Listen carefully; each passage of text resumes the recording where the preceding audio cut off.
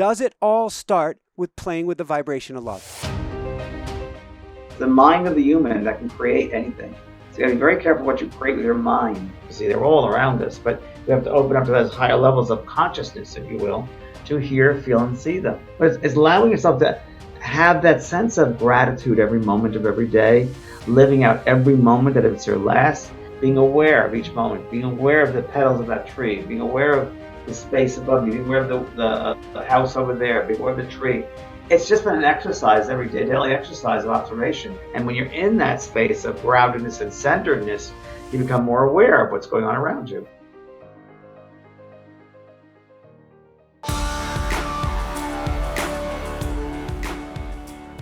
Hi everyone, welcome back. This is Michael Sandler, your host on Inspire Nation. If you've ever needed guidance from beyond, then do we have the Wisdom from Your Spirit Guides show for you. Today I'll be talking with one of the world's most famous mediums, James Van Praagh, about one of the most detailed books on connecting with your spirit guides I've ever read, Wisdom from Your Spirit Guides. And that's just what I want to talk with him about today, about who are our guides, how to connect, and how to get answers, guidance, and healing when we need it most. That, plus we'll talk about the smell of mom's perfume, earth guides and Connie Leaf, rings and garage floors, the power of Zulu warriors, Jennifer Love Hewitt and Dr. Aldridge, Boo Radley and Maisie Main, who on earth is Golden Feather, and what in the world getting married and a maverick soul has to do with anything. Be sure to stick around till the end, as we'll be doing a reading. Actually, we won't today, but we're going to be learning whether Ruru is my spirit guide. Plus, a guided meditation to help you connect with your guides and get your deepest wisdom. So welcome back to the show, James. Are you ready to shine? Yes. Thank you very much, Michael. Thank you. Woohoo! It's interesting. So I said welcome back to the show. When we were recording last time, we had, and we're going to redo everything for people here today, but we had just finished talking about, or starting the discussion I had just asked about, everything in life happening for a reason, and how the universe is pulling the strings on us like marionettes, and we got disconnected. Well, Mercury's in retrograde right now, and a lot of communication problems happen during that time. So there's always a delay, or have to redo things. So that's probably what it is. So it all happens when it's meant to happen, Michael. Absolutely. So on that note, do you have a personal connection with Abraham Lincoln? I do. Of the personality known as Abraham Lincoln, I do. What can you tell me about it? How did he come in? And what do you mean a personality, with the connection with the personality? Right. So it happened to me back in 2002. I was just about to do a television show called Beyond. It was a daytime syndication show I was involved in. And the night before, which was a Sunday, I went to bed about 7:30, 8 o'clock, get a good night's rest before I had to go up to Los Angeles from Orange County, California, to do this show, the first taping. And I was just about to fall asleep, and this being, or beings, I should say, were at the end of my bed. And I was very aware of it, very cognizant. And I'm very cynical, skeptical New Yorker. That's where it's in my bones. I can't help it. But I saw this image of these beings, if you will, outlined, I guess you should say, an outline of light. And I said, "Who are you?" And we said something about we're the new order, or something about a new order. And I'm like, new order. And then came to the thought of, I said, "You look like Abraham Lincoln." And the way the man's face was. It was like a man's face and other faces around him. It became clearer and clearer the more I was aware of it. And he said, "You would know me as a personality of Abraham Lincoln." I said, "Abraham Lincoln?" He goes, "Yes." He said, "We're here to let you know that we're helping you to assist in changing the consciousness of the world with your show." And I said, "Excuse me?" And I was thrown away. And he goes, "We're here to help you to change the consciousness. And we're going to want to tell you that we're working through you as a series of guides. We're working through you. And we want you to remember that." I'm like, I don't believe this. I was like, this is crazy. Come on, it's incredible. So my Virgonian mind, which is very skeptical, down to earth, I said, okay, I accept that, but I need proof. So if I have proof tomorrow that you're really Abraham Lincoln, then I'll know something that will show up about Abraham Lincoln. So I fell asleep eventually, and I awakened to the sound of a fax machine going off downstairs in my house. And I was writing a book called Heaven and Earth at the time. And a lady that writes with me, Linda Thompson, she filled out the last chapter, which is question and answers. And she's written with me enough that she would know how to answer something. And then I would look at it and see if it was answered correctly or change it out or so forth. So it was the first time I'm seeing what she wrote. And I'm looking at the fax machine, and there's a question was, what is a premonition? And her answer was, a premonition is a scene that you witness happening before it actually happens in time, just like the very famous Abraham Lincoln death scene. So Abraham Lincoln was able, or did have a vision of his death, lying in state. He was lying in state with 4 soldiers around him, four military, and that's very well known. So I looked at that piece of paper and I was, Abraham Lincoln, what? And I threw it on the floor and I was flabbergasted. And I was like, wow, this is so weird. This is so weird. If anything else happens this day, I'll freak out. Went up to do the show, and that night afterwards, I sat down and paid some bills. I have a checkbook, and I'm sitting at the table and writing out checks, and my wallet hits the floor. I look down to go pick it up, and a $5 bill is hanging out with Abraham Lincoln's face showing to me. And since that time, every day for about 2 or 3 years, I would say, there was always some reference to Abraham Lincoln every day, whether it was a penny I found on a stage that I went to, whether I'm driving and it says Lincoln Insurance, whether some interviewer asked about Abraham Lincoln, whatever it was, that reference of Lincoln came for 2 or 3 years every single day. So I would say, yes, that's connection with Abraham Lincoln. And he said to me, that would be the personality you know me by, is Abraham Lincoln. But in other words, he's so much more expansive than just that personality of the earth, which is true, by the way, for all celebrities, if you will, that I've worked with or known about. Lucille Ball came to me after she passed away. I didn't know Lucy in the physical life, but we had the same friends. And she said to me once, and I was in my garden in Laguna Beach, it was in a rose garden, and I thought about her. And her thought came right to me. And she said, James, I was a healer in comedy. She said, my job was to heal people through comedy. That's how I helped to heal them feel better. And I said, oh, that makes a lot of sense. And she said, but I'm more than just Lucille Ball. That's what the people made me. And another time that happened, Michael, a really interesting time, I was doing a reading for Lee Strasberg's daughter, Susan Strasberg. She was writing a book. Lee Strasberg was a very famous acting coach in New York in the 50s and 60s. And Susan Strasberg, his daughter, had a roommate who was Marilyn Monroe, who was Norma Jean, before she started out, when she was starting out. So I remember that Susan came to me for a reading many years ago in the 80s or late 80s, early 90s. And she said, I'd like to get in touch with Marilyn. I said, well, we'll see what happens. So the reading occurred. A lot of people came through, not Marilyn, but other people came through until the very end of the reading. And I heard, my name is Norma Ray. And I said, there's a Norma Ray. Now, in my own stupidness, I didn't know that Norma Ray was Marilyn Monroe. I didn't know her real name was, but I said, she looks like Marilyn. She goes, no, that was her real name. I said, well, then it's her. And she said to me something very, very simply. She didn't say much. She said very simply, I wish the public would pay homage to themselves instead of to me. And that was really what she said. And I didn't know it helped Susan's book, but it certainly was a great thing to say. And that perspective, of course, is one that I've heard many times. The public puts us in these boxes of who they think we are, but we're so much more. I can't believe I'm going to ask this, so please forgive me, and we don't have to go there, but have you ever had anybody come through that is telling you about their murder? Because Marilyn certainly died under interesting circumstances. Sure, I have. A lot of people come through and talk about their murder. A lot of times they've come through and talk about who murdered them. I remember I did a reading once. It was really amazing. It was in Lilydale Assembly, which is up near Buffalo, New York. And it's an assembly for all mediums, if you will. It used to be, and not anymore, I don't think. And I was doing about a demonstration for about 700, 800 people.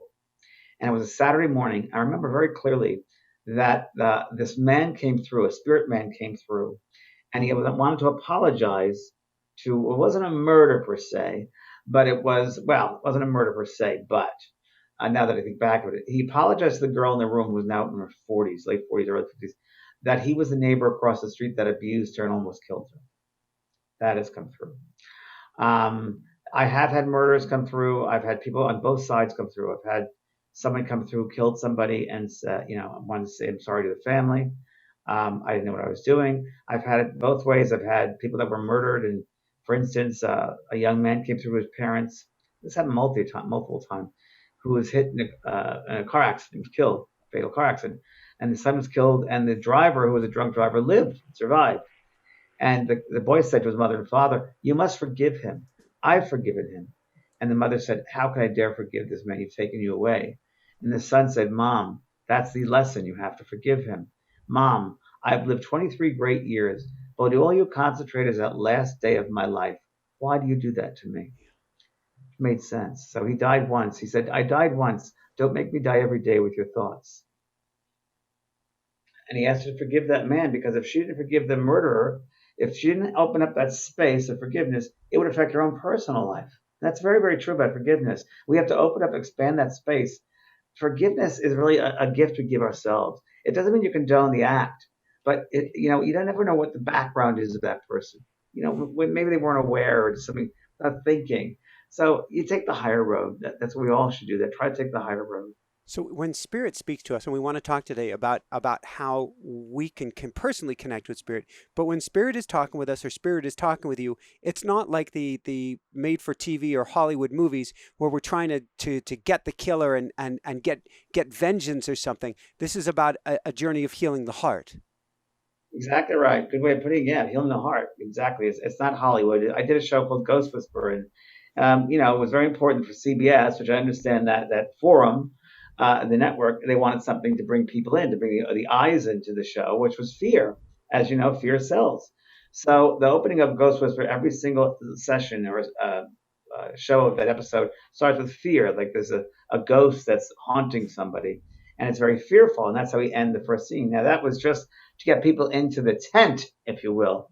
And I had many meetings with CBS and Disney about this, and I said, I cannot be involved in this project. I brought you this project, but I can only be involved in it if it's a positive, loving energy that we leave the audience with. Because we have to be responsible for what we put out there in media. I mean, I have a broadcasting degree, and I remember from Marshall McLuhan years ago said one must be responsible for what they're putting in the airwaves. And it is very true, because when we think of it, Michael, everything is energy. And what we put out to the audience in the air, that becomes reality. So I wanted to make sure we left every episode within a healing, loving space. And that everybody who was watching that show ends up in that loving space. That's my responsibility. And that's responsibility, I think, for all directors and writers out there and producers. That's really what they should be doing. They shouldn't be scaring people, going to that low, basic, thing of like, I got to get to the bottom part of this. Fear should not be there. It should be love.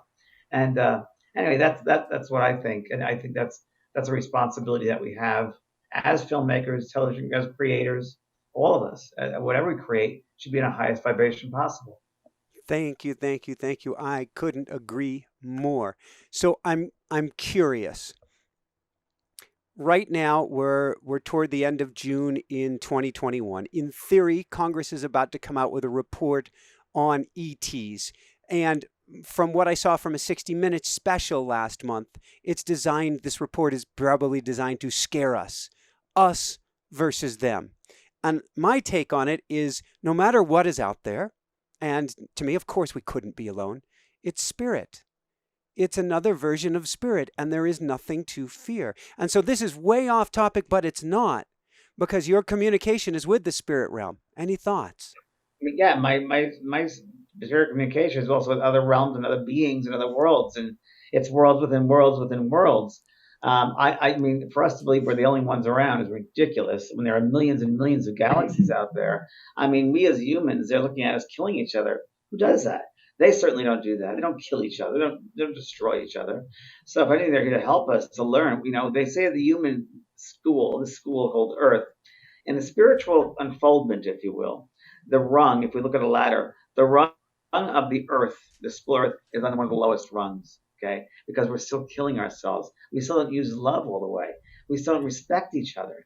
We still want to we're greedy. We're based in fear and greed and money. It's not the way to be. So there are other beings and other evolved beings out there. I remember once I was in Sedona, Arizona, and I was brought a group of people there for a spiritual retreat. And one of the aspects of one of the processes, I guess you could call it, or segments of that retreat was to communicate with spirit, but on a higher level as far as UFOs or aliens, whatever you want to call those life forms. And we went to Boynton Canyon out there. And I remember it was like, okay, everybody, let's look up and see them. And we didn't see a thing until I heard someone say to me, a guide of mine say to me, you have to meditate. You must raise your vibration and go to a higher frequency, which makes sense because they're at a higher frequency. So we meditated about 5 minutes, nothing special. And after we did that, it was a high frequency. things started to appear, lights, colors over there, far over there, and everybody started seeing them far away, close up. To me, I can tell you the closest thing it reminded me of was a TV antenna, like at a TV station. Closest thing I could think of. And the man who was helping us to run this retreat, he said, "They're here." I said, "Yes." He said, "Can you get communication from them?" And I said, "I'll try." So I walk out to this field by myself, and I open myself up energetically, frequency. And I felt, there's always through sense or feel first, this feeling of this immenseness trying to limit and come down to a dense vibration. It's like putting a 747 in the head of a needle. It's like they're trying to down this. I got that. And all they said was, "We are from the Pleiades. We do not understand one thing. You human beings have the energy of love all around you, yet you don't use it. Why is that?" And that's all they said. Enough said. And Perfect. yeah, I think we should open up and learn from it. And Tom Durant Long from Blink 152 is. I met with him. He's opened up a whole bunch about UFOs just recently, and has opened a lot of papers to the government. He's worked with them. Angels in America is his group, and he's opened up a lot of this. He's actually opened up the door for all this interest recently in UFOs. Beautiful, beautiful. And maybe we'll double back around. We'll see. We just actually left Joshua Tree where we lived all winter, the kind of alien capital, along with, I was shocked if you didn't see anything when you were in Joshua. Right? You have to have, right? So let's talk about love and let's talk about communicating with love and let's talk about communicating with spirit. Does it all start with playing with the vibration of love? It certainly is the strongest element to start with. Yes, it's the strongest. And when you say about element of love, I would say the first element is to love yourself, and you first have to have a strong sense of who you are. And I'm not talking about an ego sense. I'm talking about who you are as a spiritual being, a soul having a human experience. That you're a soul having a human experience, not the other way around. So number one, changing your perspective that you're a soul and that you're just having this human experience, and not to judge it, but be kind of aware and just observe it. And if you go to a place of observation, much easier for you to go through life that way. Because that's really what we're doing. We're souls observing. And once we get caught up in the emotional chains, if you will, we get into trouble because that becomes more important to us than totally observing. So, yeah, you first have to have a sense of yourself. And everybody's a medium to one degree or another. It's like, some bakers or chefs or accountants, or they use it. It's all the same energy. It's using that creative energy and manifesting it in different ways. So it's all people, the musicians, the performers, housekeepers, whatever. It's just using that creative energy, which is open for all of us to use. And the channel I choose to use is a channel, use that creative energy, and to talk with the spirit world, to opening up my frequency and tuning in, if you will, or opening up to a higher level of awareness, which is the spirit realms, which are all around us. You see, they're all around us, but we have to open up to those higher levels of consciousness, if you will, to hear, feel, and see them. And that's really what it is. It's opening yourself up. It's surrendering yourself enough in your mind to be able to sense and hear. And you release control, because there is no control, but we think there is. And we just let go and surrender, and we become aware of these higher levels of states of awareness and consciousness. And the love energy from the spirit world never dies. They love you. They will always love you, even more so. And it's that love energy that they have and that you have that the link is made. That's how that link is made. So when I do a reading for somebody, it's the love from the spirit person and the love of that person who's seeking them that makes that event happen, that makes that chain complete. It's interesting. I tend to hold a stone here that actually came from Sedona, or at least it was purchased in Sedona. And what I do during interviews, James, I send love. I send love. I'm running my thumb around it, continuously remembering to stay in a state of love, to stay open, and to send that love out. I guess it would be some sort of a Taurus if I was to really think about it. Is that similar in a sense, not by technique, but in what you're describing is we're opening ourselves up to love? Yeah, so you're doing that in a ritualistic point of view, and you do that ritualistically only probably because of memory, and that'll get you. And also, you're very much in your head, being the Virgo, and that brings you down to your heart as well, And I just number one is awareness. So you have it already because you're aware. It's all about love. That's the first step, is being aware. And the more one can step into that space of being aware, whether it's through rubbing a stone or it's being just observant and surrendering, and living that way, living a mindfulness way Yeah. on a daily basis. And it doesn't take much, as you know, because you're mindful. It doesn't take much, but it's allowing yourself to have that sense of gratitude every moment of every day, living out every moment that it's your last. And that's why I've been before COVID. I was like that, but I live now in San Diego in a land that I created and based upon my thoughts. And it's a 2 acre property, and Mhm. I've created gardens, and I love it. It's my passion, and I've worked really hard on doing just that as far as being aware of each moment, being aware of the petals of that tree, being aware of the space above me, being aware of the house over there, being aware of the tree. It's just been an exercise every day, daily exercise of observation.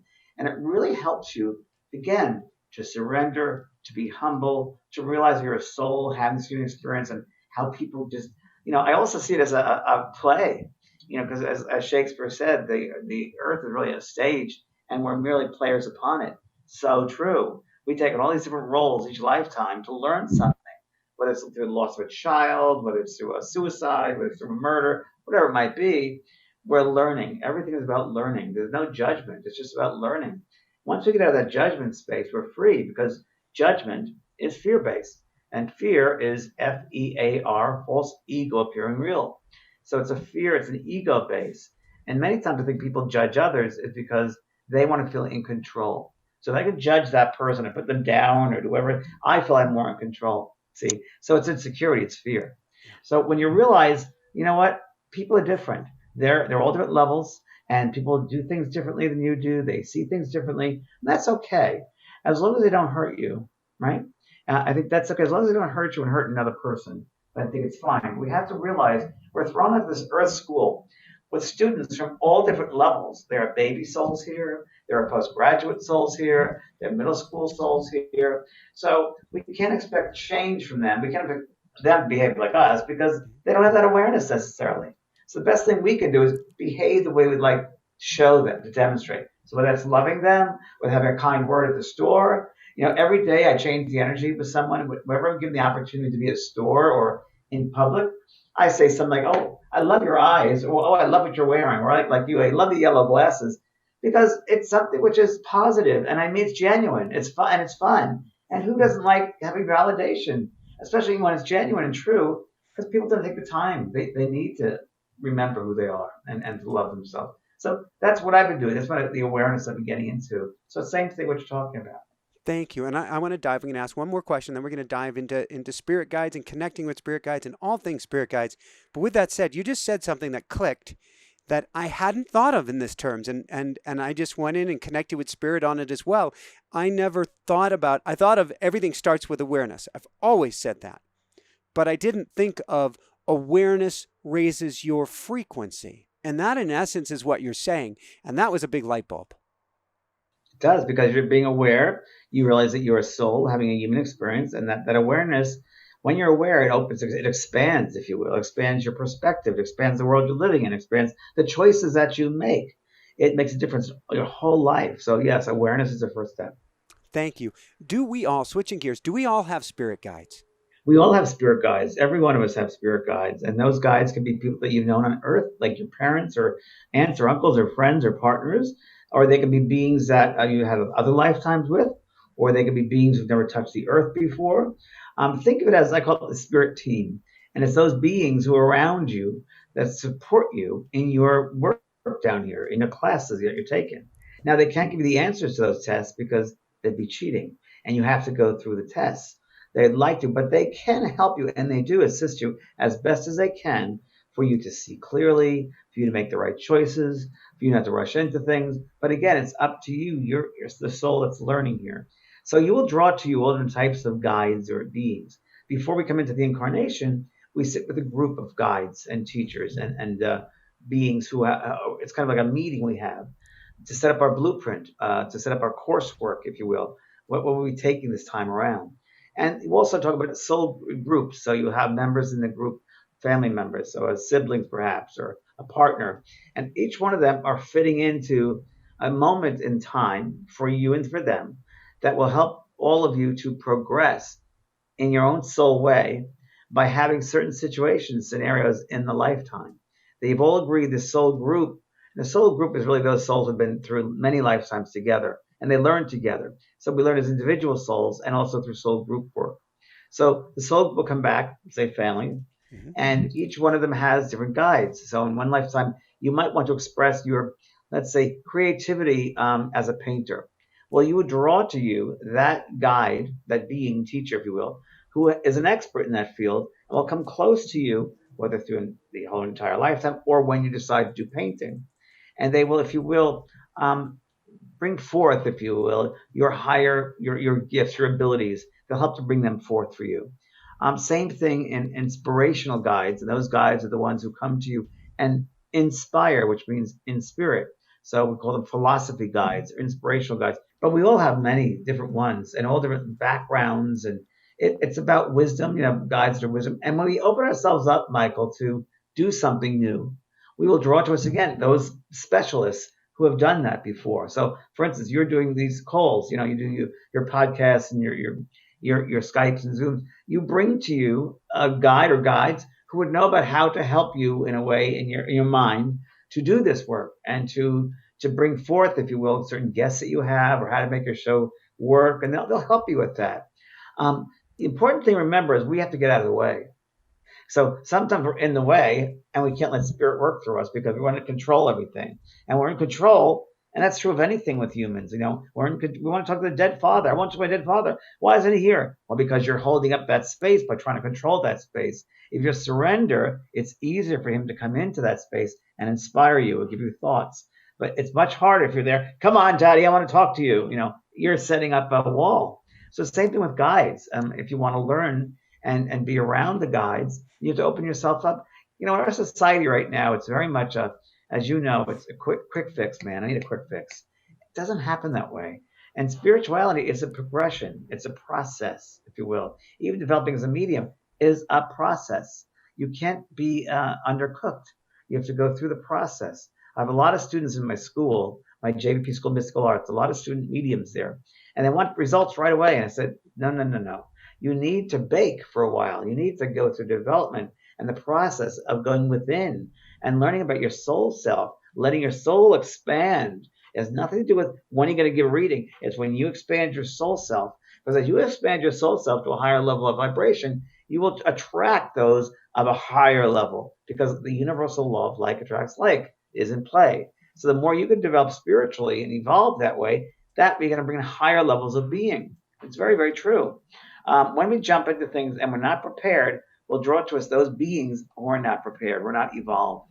And I've seen it happen. Unfortunately, to people that were jumping into psychic work and mediumship work, and they weren't prepared for it. And they say, oh, I feel like this dark energy around me. Well, could be. You're opening yourself up to that because you're not preparing yourself.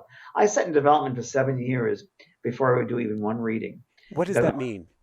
I would sit in development, which is really developing your soul self. It's sitting in, if you will, a silent meditation, or it could be verbal. It's a group of people who sit together at least once a week, same time, usually same chairs, and they sit for a group energy to build that energy because one of those people in that group, or many people in the group, are mediumistic. And they really have to develop that energy within them and let the spirit guides around them work through them to develop their, if you will, their light body, their empathetic self, and open that part of them up. It's almost like work. I say things. So it's like work on a car engine. You put up the hood and you change the valves and work things around. Same thing in development circle. As you're working on the empathetic nervous system, the endocrine system of the vessel, it's working on the vessel, and it takes many times years for them to work on us so that we can really be open and receive correctly, and be healthy about it. You can't jump into it because you could end up being you could tax your endocrine system very badly, and you could end up getting dis-ease or some kind of ailment. So one's got to be very mindful and responsible for developing correctly. I'd love it if you could dive in. So we're talking today about spirit guides and about how to connect with spirit guides. Does it mean that it takes this long body of work to plug in, or that if we want to dive into the work, if we want to become a professional at this, that we really need to hone the stone first? Both. So you're honing a stone by a long process. You will be the result of what you put into it. What you put out will be the result of what you put into it, always. So I can tell you right away if someone's doing a mediumship reading or a psychic reading, the quality of their work based upon what the work shows me. For instance, there was a guy on television, Henry Thomas, the psychic, the medium boy, the young boy on TV, that has a show. You know what I'm talking about? Um, he's a medium on television, young kid. And I can tell you, he's 21 years old. He doesn't have a lot of experience. So his readings are good, but they're not solid. And they're psychic and mediumship together. There's not a full thread of mediumship. He goes to the psychic and he drops from the. And psychic, everybody can do very easily. Intuition, everyone can do that. But when you go from the psychic to the mediumship, it's a different energy. Like I said before, mediumship is very high energy frequency, and a good medium stays on that higher vibration. But one who is not developed will fall down to the psychic without knowing it. And they'll say, and your mother's loves you. She says you're going to find, and then, you've been looking for a new job recently. Yes, I have. And you're going to find it. And it goes into the psychic realm. And that's not what it's about. It's really about mediumship and staying on that higher level. And you can only do that, a good medium, really based upon the years they've put into it. Now, I've had students in my school and they work hard. Now, everybody has mediumistic experiences, no doubt about it, because we are souls, they are souls. And when you open up yourself, you can get that. You can get a spirit through. You can get feeling your guides very clearly. But if you want to go deeper, that's what we're talking. Then you have to sit for that deeper connection, I guess you'd say. So, for instance, I can do an exercise later here, and we can all connect to our guides, right? That'll feel great. But I would certainly like to start with that, and then the person should go deeper and deeper. It's up to them. Just sit in that quiet, sit in the silence of their soul. And when you sit in the quiet, it becomes very loud. Pause. Pause. It's awkward, isn't it? I'm sorry? For most people, sitting in the silence for a moment is awkward. We're not familiar with it. Isn't that amazing? We're not familiar with it because we have so much going on, especially nowadays. The phonetic energy going around, which people use so much fast, and it's people get uncomfortable because it's sitting in the quiet and it's just working with your breath, which is natural. Breathing in and breathing out. That's all you have to do is in and out, and people will end up loving it. And when I do meditation, it's people end up saying, "Oh, did I have to come back? Did you have to bring me back? That was so nice." And it's like, I'm not doing anything special. It's themselves that are doing it. I'm just suggesting, just resting the mind and using the breath. And that's really, and we all need it. We all need it on a daily basis. We need meditation, especially these days. Meditation has become medication. It's really important. Thank you. And definitely, I'd love to do this exercise to connect with our guides in a little bit here. You mentioned that like attracts like, and that can be darkness, and maybe we should talk about it for people who are scared, how we can clear that. But it also means that if I'm going out on an RV tour, and that's where we are, this is actually the first show being recorded from the RV. Woohoo! Out on this tour, I get to ask, I'm assuming, and I do that through my automatic writing, but we're going to talk about other ways to do this. I get to ask, hey, if there are spirit guides who want to help me on this journey and keep me safe and help me to be the most magical version of myself, the most magical journey that we can have, please come in. Is it as simple as doing what I just did, or is there more to it? I think that you have the intention, right? And they know, you don't have to say anything. They already know who you are. They already know your intention. They already know what you're doing, but it's that human mind that's got to catch up. The human brain thinks, I got to ask them to come through because and that's probably part of the process. But I want you to know that they're aware of you on the RV. They're aware of what's going to happen. They'll help you to make things happen. And the best thing you can do is keep that intention and then get out of the way. Don't overthink it. Because the moment we start overthinking, then we get to the earth mind. And it breaks things up. It's that control thing. So once we can just sit with that, set up that intention, and we know it's going to happen. Oh my God, how exciting this RV tour is going to be. I'm meeting some exciting people. I can't wait. What's the new to meet next? That's where you should be right now. I can't wait. I know you are. And that's the way you want to do it because they already know it. They're going to take good care of you. And the fun things I would say for you, I'm just telling you something you already know probably, being on that tour is, wow, when am I going to see as I'm driving here or I'm waiting here, send me a sign, spirit guides. I want to see something cool and something unique. Now that you should have asked for. And that would be really fun for you to keep a journal on your trip and share with your people here about, wow, I've asked them to come through in different weird ways, and this is it. And you'll see a lot of synchronistic things. You'll see names of things. Your vision will be drawn to look at a certain thing, which is bizarre. That's a great way. I think you can have fun with it because it's all about amusement. It's all about joy. It's all about love. And I think it's a great trip. And in the RV trip, that's a really great, if you will, analogy, I guess, of life too. You're taking an RV trip, and I think it's great. I think it's great. But I would say to you, they're already there. Now it's up to you just to enjoy. We left Joshua Tree. We packed up the RV. We got the kitties in, including we have 3 cats and a rooster. The rooster is actually easy to bring on board. He goes with me everywhere. One of the kitties, a former feral, he would call himself from an animal communicator, a reformed gang member. Getting him onto the RV, that took some work. We drive out. We make it 100 feet, and we're stuck in the desert trying to get out of the driveway. Absolutely stuck. I'm using pickaxes and shovels, and I'm singing road gang songs, trying to get out, digging all night. In the morning, I call for help, and I could easily have gone to a place of, is this the wrong thing? What am I doing? Are we cursed? Are we this? And I just started laughing, and I'm like, Spirit, I see you.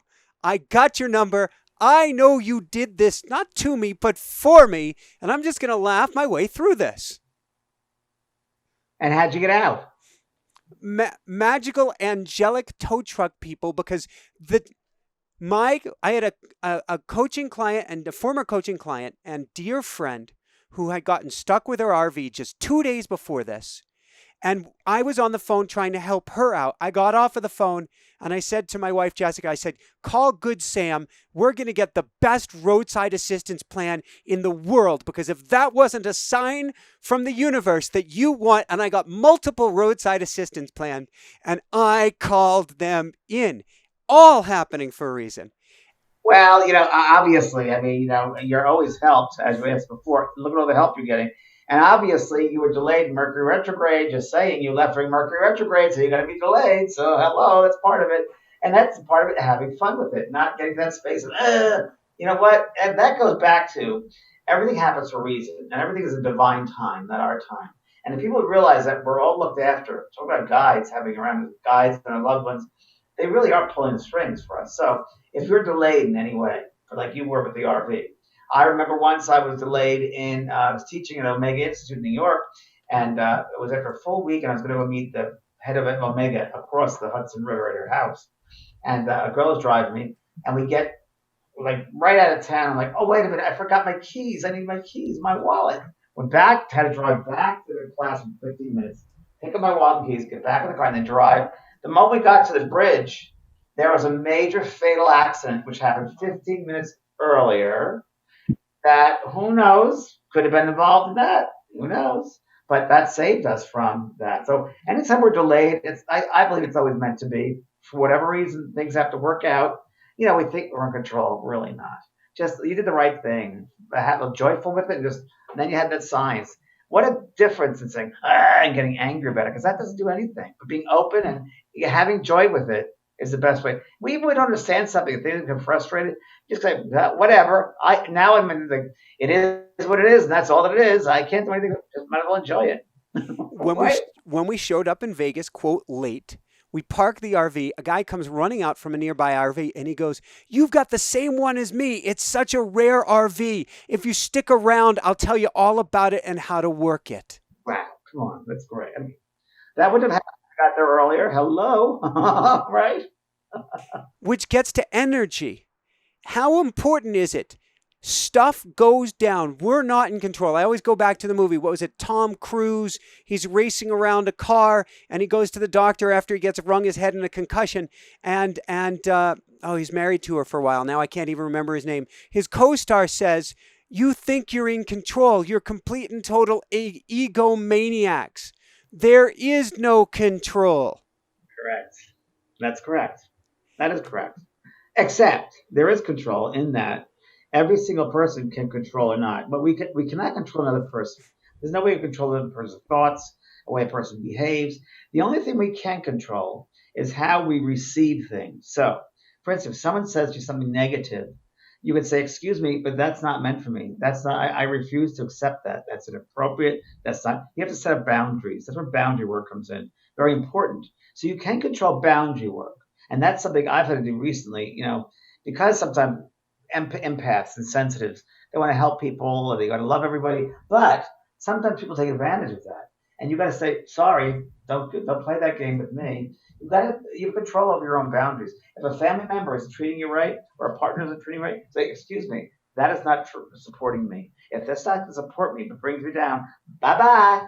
Life's too short. And I went through a divorce recently, about a year ago, because my partner, 21, 23 years, was in a position of not supporting me. I was supporting him, and it was not right. We weren't growing. I was growing, or he was growing in different ways, let's say. And it wasn't right for us to be in a relationship if it wasn't supporting one another. And it's true of everybody. And we all have control over that. We say, sorry, this is not happening in my life anymore, whatever it might be. And I think people, again, it all comes down to, Michael, life is made up of a series of choices. That's all it is. It's all a series of choices. And each choice is based upon two things, either love or fear. That's all there is. There's either love or fear. There's nothing else. Everything derives from love or fear. And we're responsible for how we live our lives. And we can blame others for putting us in this space, or my partner doesn't love me, or the kids have done this, or you can blame, oh, I was abused as a kid, whatever it might be. But we have to be the ones that have to take responsibility for each step we take. Because at the end of life, when we pass in the spiritual world and we have what's called a life review, every one of us will look back and see the choices that we made, good, bad, or indifferent. Do we bring love or fear? Do we treat that person in a very loving, positive way and encouragement, or do we hate them and fear and destroy them? So it's up to us. It's not going to be our parents or children there with us at the life review. We have to review our own lives. We're going to be there for our own test review. Thank you. It gets me thinking about what it took to get out on the road, and that this weekend, if I want a very successful trip, I actually get to step back, do nothing, and observe everything going on right now. So don't say do nothing, just be. Just be. I like it. Just be. Tell me about the beingness of our guardian angels. Are they always around us? Do we need to call them in? What's going on there?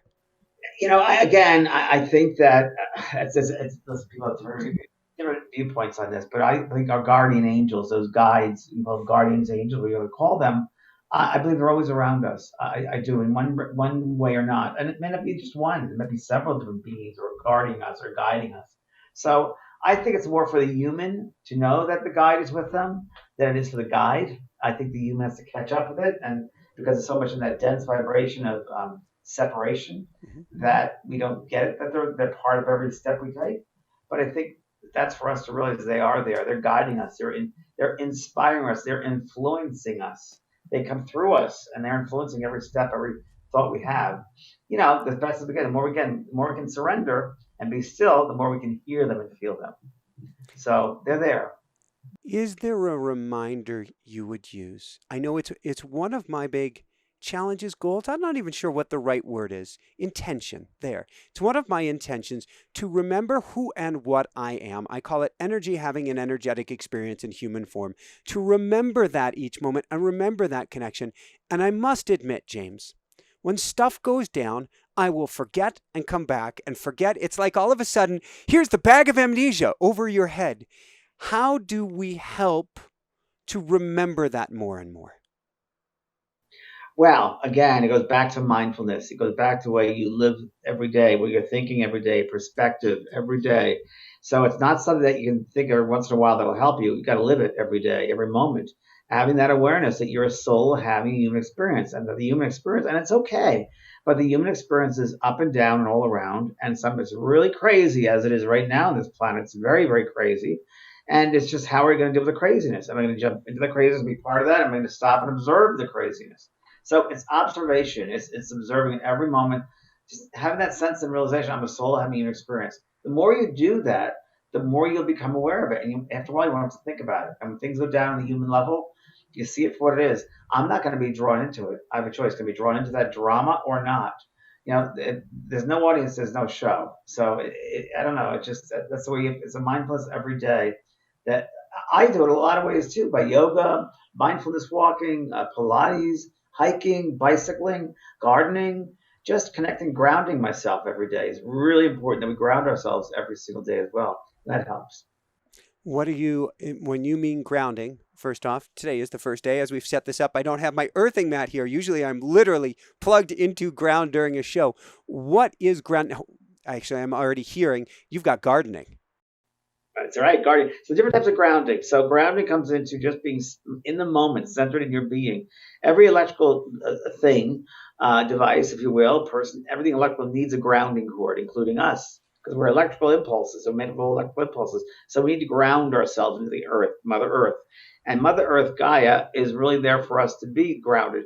She just by putting our feet on the ground, on the dirt, we feel grounded to her. We can lie down on her and feel it. We can tap our bodies, do tapping work, and that will get us grounded. We can touch something tactile like a piece of ice or a pen or a cup and feel that. We can look at some beautiful scenery outside, the tree or the flowers, and be aware of that. That grounds us. So being in the moment. So it's being in the moment. It's not thinking about the past, not thinking about the future, but being present in this moment now. And when you're in that space of groundedness and centeredness, you become more aware of what's going on around you. That's how you do it. Thank you. When we're more grounded, when we're more aware, when our frequency is up, is there one thing we can do to connect or specifically hear our guides? Sure. Do you want to go a little process? We can do it now if you'd like. I would love it. That'd be awesome. Okay. Okay, good. So it's an easy thing, and it's much simpler than people would think, because the truth is really simple, but it's the humans who get caught up in the complexity of the simplicity. So it's really, really simple. So I'm going to ask everybody who's watching this or listening to this now, just to close your eyes.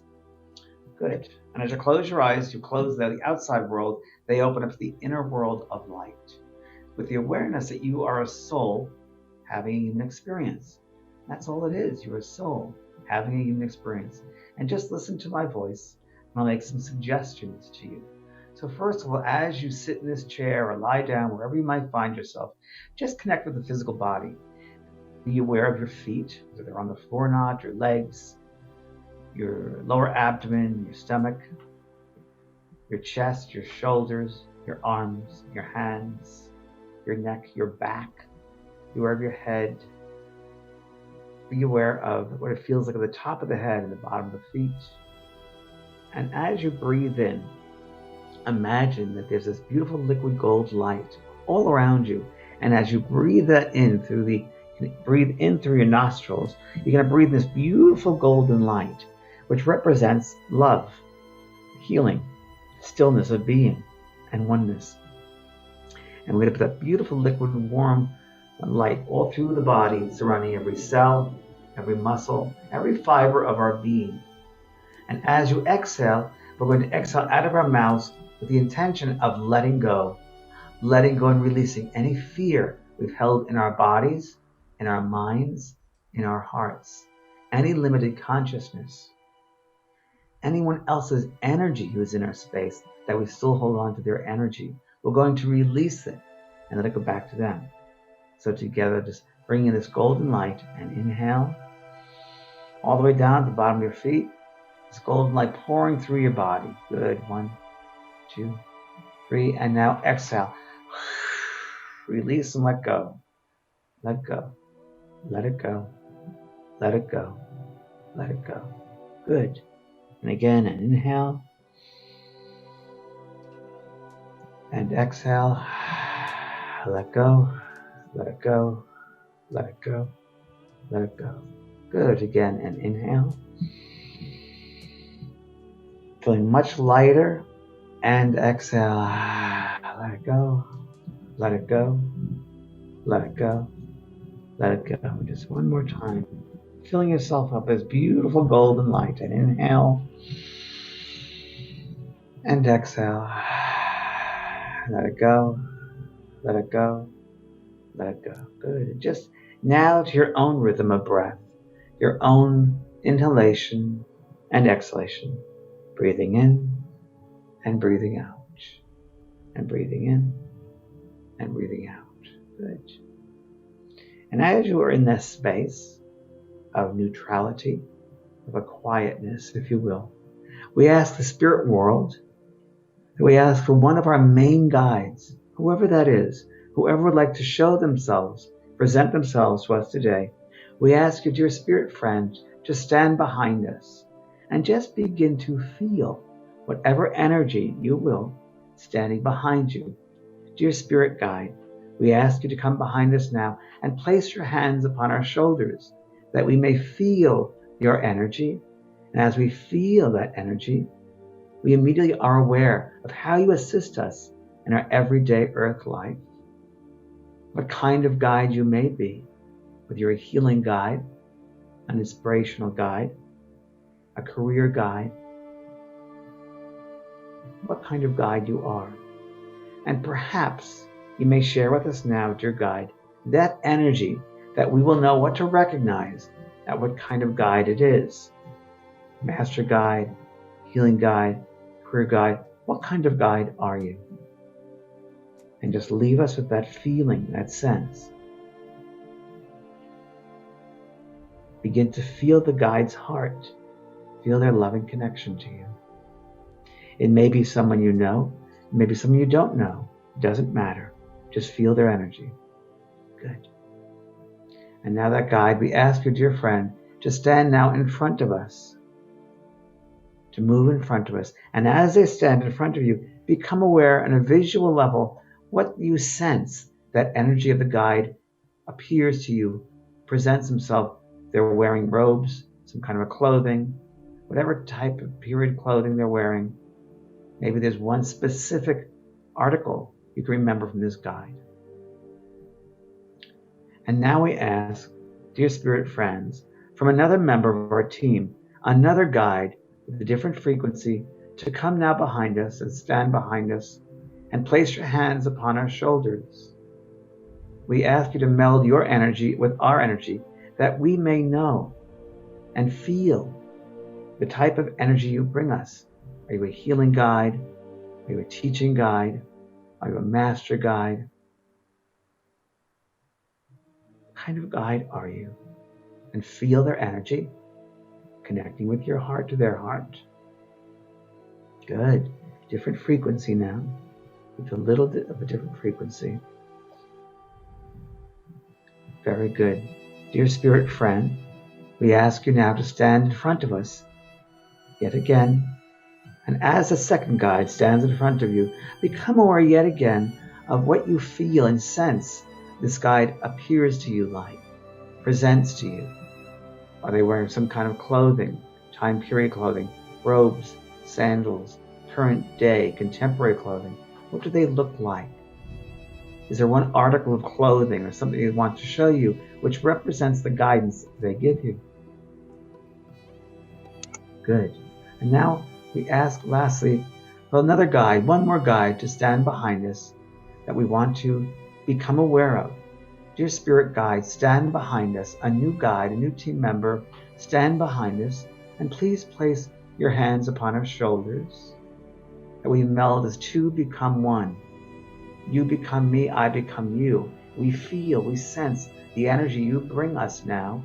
As you bring us another type of energy, we are to feel and sense what kind of guide this feels like. Does it feel like a healing guide, a gatekeeper, an inspirational, a philosophy guide, a child guide, a joy guide? What kind of guide do we feel comes now to us in this energy? And just meld, feeling what that's like.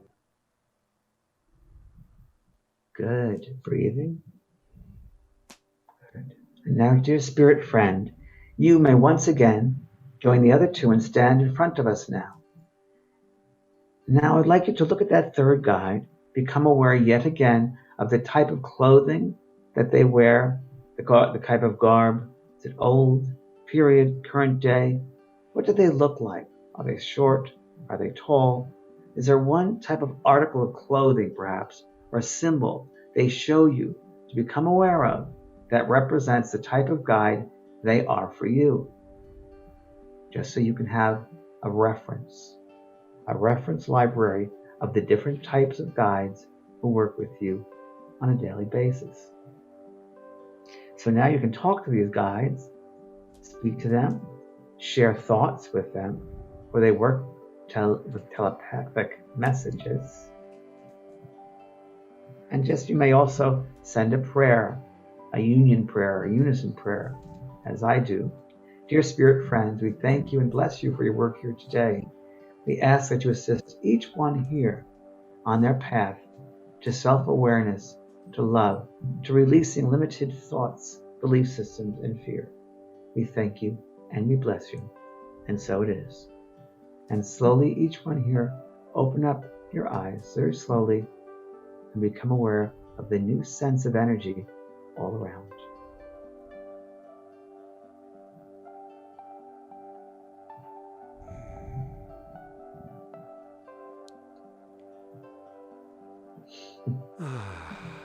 Okay, yeah. Perfect. Beautiful. Surrounded by goodness. Yep. Wow. Well, I'm jello. I've got just a few more questions, but I'm jello, James. I know. You're good jello, though. I am good jello. Do we each have a master jello keeper, a master guide? I think there is one master guide that we all have. I do, and we call it a gatekeeper or a master guide. There could be a gatekeeper and a master guide, but there is one master guide. If we want to say that, I feel so weird talking about that because I know that it's so hard for us to describe things that are in a seventh dimension, 3-dimensional way. It's just so hard, so we're limited. But I would say there is a being or beings that are with us through every lifetime, and they are our master guides. They're through us always many thousands and thousands and thousands and thousands of lifetimes. They've been there with our growth. That's usually our master guide. Thank you. And can we tap in? I use automatic writing. I teach automatic writing. Is there a process that you recommend for people to tap in if they want to go to their master guide? Sure. So what I just did is a way of doing it, but there are all different techniques, and you might do some on your own, Michael, a different one. But another one I do with automatic writing too is sit in that space of silence and bring yourself up, if you will, like an elevator. Breathing up, go to a higher floor, and then go down. Breathing up and go to a higher floor and then down. And eventually, as you get up, is pure light. And you get out of the elevator and you talk to your higher self, and you see what your higher self looks like, right? And through the higher self, is like, here's some blank pieces of paper, and I want to open up and receive. So your higher self kind of opens up, and through that, you get the physical part, the densest part, 3-dimensional body, which you identify as Michael, will then start writing, energetically writing as fast as you can, and you will get information. And the best thing with automatic writing is you do not think about it at all. You just do it. And as you know, later on you look at it, you'll get some spiritual insights and profound insights. So that would involve a lot of philosophy guides. So you have a lot of inspirational guides, because that's why they come to you. Because if you're going to do automatic writing, which is a form of mediumship too, you're going to bring in the highest level of being that you want, that you can help to impress and change the human being to either think in a higher vibration or bring love to them. So you're already there, but that's what you could do is just, open up that mind to that higher level, set the intention, and you're in. Beautiful. Going to the reverse of that for a moment, you mentioned even some students of yours who end up at the bottom floor of the elevator because they're doing too much too soon. If we get uninvited guests, if that heavy darkness comes over us, what do we do? Well, once someone told me that once before, they asked me that question, and I'd say, well, when I was developing and I had that happen to me in a sleeping state, twilight state, and I had a being on me that was heavy and dense, and I didn't feel good about it. And I said, and I could have even been a succubus. I heard those things, right? So I said, "Are you a succubus? God?" What's a succubus? Succubus, incubus. They prey on that light being, if you will. And it's usually when someone is just starting out, developing. So it's undeveloped form. I don't know how you could say it, but I always will work within the light. So I say, you have God or you have love. The word God and love is the fastest vibrational frequency words we have in the fastest vibration. Those two words, love and God, the same frequency, and it dissipates them immediately. A love just, it's like putting on a light, a 120 amp light, in a light bulb in a small room. Like, oh, people I can't take the light. It's all energetics. So it's using that vibration, that frequency of a higher level, and that just dissipates. That will dissipate. And also, Michael, it's very important that the person that's doing it realize it's the mind of the human that can create anything. So you got to be very careful what you create with your mind. Realizing that you're just a loving source. You're a loving source being. People ask me, do I believe in evil? I don't. I don't believe in evil. I think man has created that. I think there are levels of love and not love, but I don't necessarily believe in evil, but I do believe in levels of love. You may have just answered the last question I have before we I know take what you're people going to ask me. I'm psychic. Hello.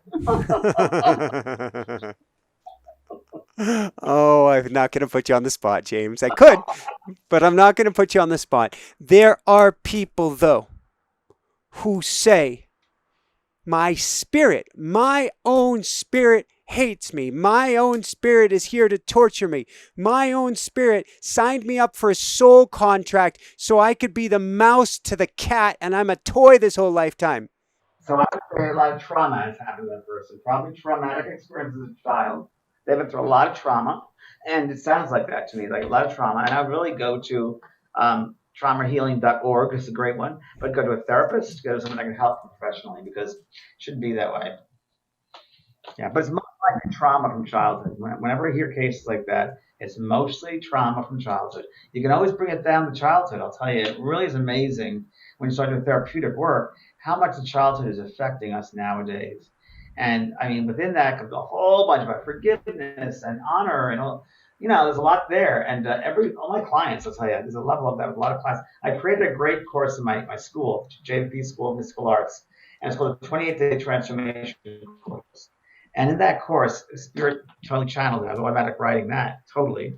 And it was each day you work 15 minutes each day. It's a progressive course, and they bring you back to childhood memories and details. And it's like people remember things they never thought they remember, and it blows them away. After 28 days, they feel like a brand new person, and that's because we go into those items, those moments of trauma and fear, and they see it in a different way. So we released that 28-day transformation course. So very valuable to go backwards, if you will. You can't go forward without going backwards. I love that. That's what I've been doing and teaching in my courses in my own unique way. But it's talking about how you can impress the subconscious, what I call the big mind, the meta mind.